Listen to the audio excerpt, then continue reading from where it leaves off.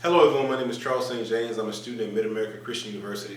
And what I want to do is talk to you a little bit today about why it is that we should care about those that we don't necessarily like.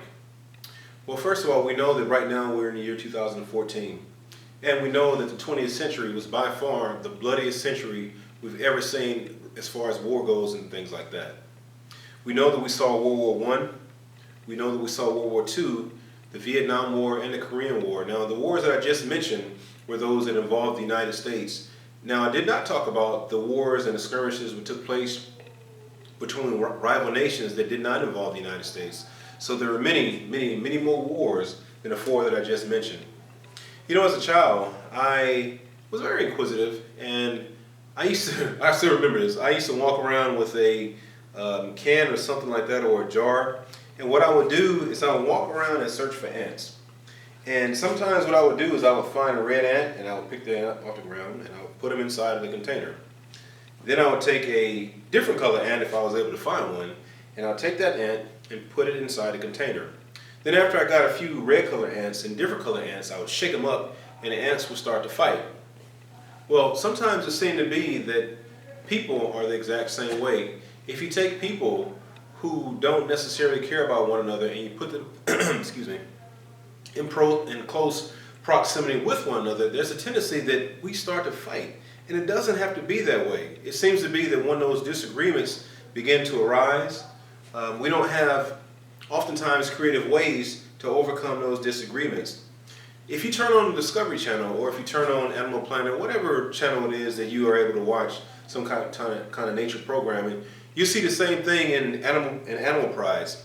I remember years ago I saw a show or a movie called The Lion King, and The Lion King was all about a pack of lions and all about a pack of hyenas who did not necessarily get along with each other, and they would fight.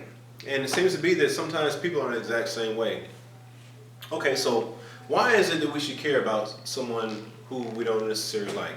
Well, first of all, us as people, we have been designed to care about one another. I did a talk a little while ago at Mid-American Christian University, and I explained how there's 4 types of love in the Greek language. It was brotherly love, romantic love, parental love, and agape, which is unconditional love. Now, brotherly love, what that does is it extends to all mankind.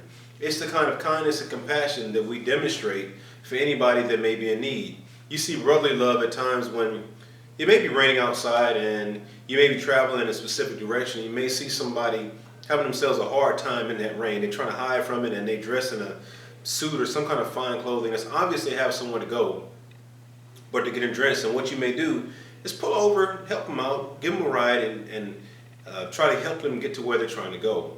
Okay, that's brotherly love.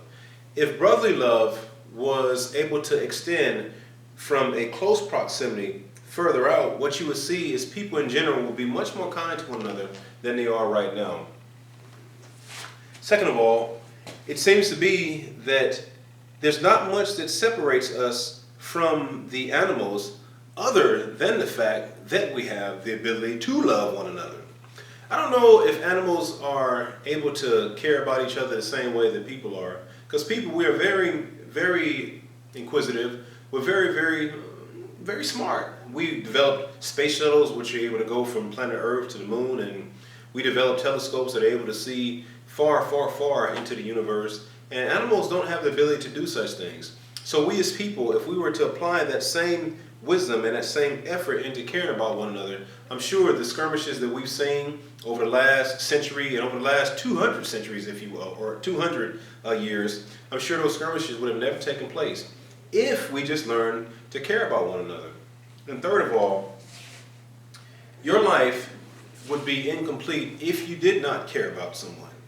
Oftentimes, the longer we age, the circle that we have, oftentimes it seems to get smaller and smaller and smaller. By the time we're in our golden years, oftentimes we only have a few friends.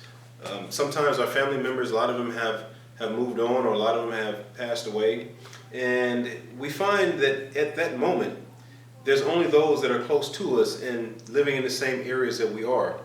But if we learn to love on a deeper level, we would have a much broader network of friends, And as we begin to age, we would age with those friends as well. So the level of commitment that we have towards one another will be much, much, much deeper than it is right now. Agape love is indeed unconditional love. Now maybe everybody doesn't have the ability to express agape love for everyone, but at the very minimum, we can experience brotherly love and we can demonstrate that to everybody. And I invite you to do that. If you're able to care about somebody that you might not necessarily like, this world can be a better place, and we can pass that love on from just this generation to the next. Because if we don't do that, if the world was to engage in another world war, there's a strong possibility that you, me, and everyone that's listening to this, we might not be here to see the end of that war because we'll destroy ourselves. So let's learn to care about each other. Let's learn to care about each other on a deep level so that rather than making war, let's make peace. And through love, we're able to do that. I thank you for your time. My name is Charles St. James. I'm a student at Mid-American Christian University.